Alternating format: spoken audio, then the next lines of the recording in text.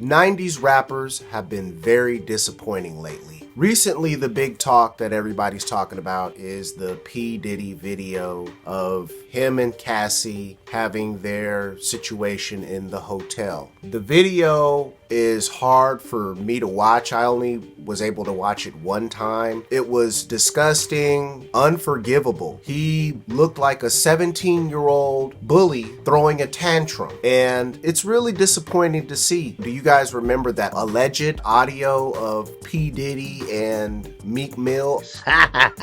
Puff, why you rip a hole in toe, son?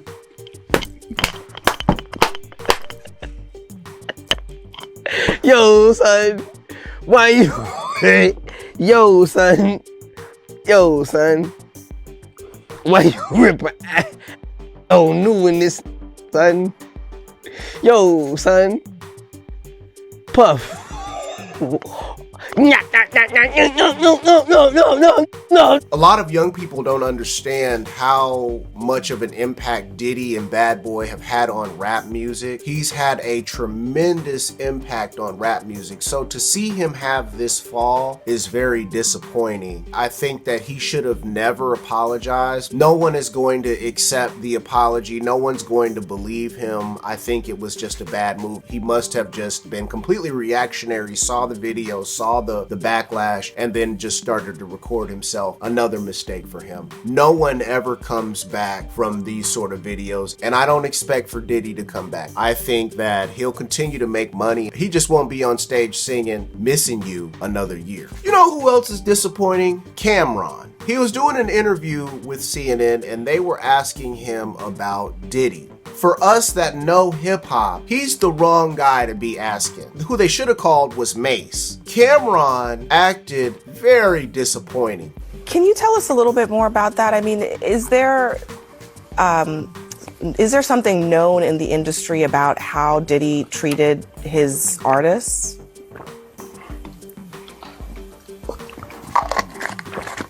So I'm going to get some cheeks after this horsepower joint.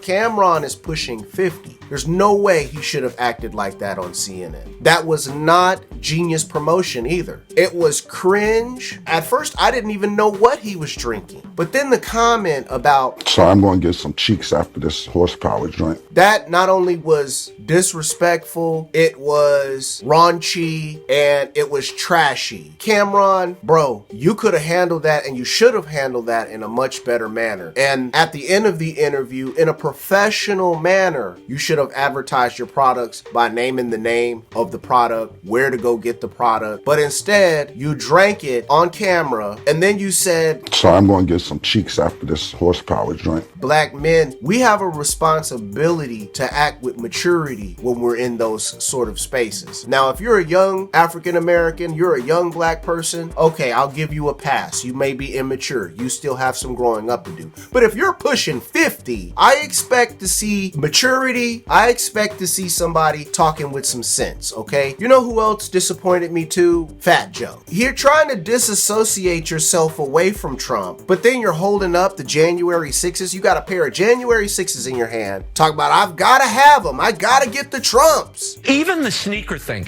this is connecting with Black America because they love sneakers. They're into sneakers. They love this is a big deal. Certainly in the inner city. Anybody willing to put $400 down for a pair of sneakers? Yeah, I think that's commitment and love. It's something. Right. It's something. It's affection on some level.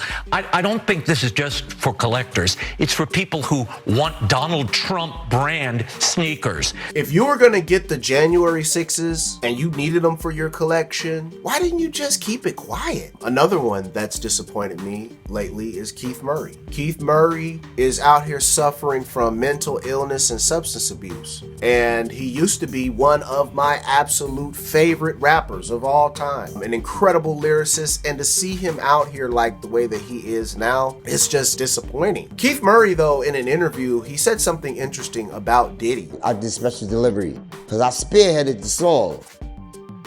They called me, yo, Murray, come to the studio, do the song. I wrote the song.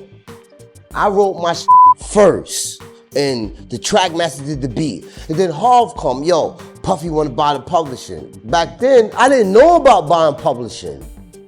gave me $5,000 for my publishing. I took the check and went and bought a Rolex from the Diamond District. You know what I'm saying? Then the song was a single. Then it was a video. Then it was popping. Now that's come on. Yo, this is for my the special delivery. Bang your head off this. Up your memory. Whoever owns the publishing receives the royalties for the music. Maybe that's why we see Keith Murray the way that he is today. He looks broken. He's clearly got a substance abuse issue. He's suffering from mental illness. It's just very disappointing to see 90s rappers who were like heroes 20 years later, here they are. However, there is some silver lining. One guy that I am impressed with that comes from that generation. Have you guys seen Method Man lately? Method Man has actually been taking good care of himself, and whenever I hear him on interviews, he speaks with good sense. He talks like a 50-year-old man who has lived life and has maturity, and he's professional. If you're 50 years old and you're still talking about the ops and you're still talking about doing street culture stuff, clearly you're suffering from arrested development. I just wanted to get this off my chest and be honest with you guys. 90s rappers lately have been very disappointing. Hey y'all, listen, High Velocity Philosophy is a brand new channel, and I'm just gonna do whatever I want on here. And if you like this kind of content, I really appreciate it if you liked, shared, and subscribed to this channel, all right? Peace.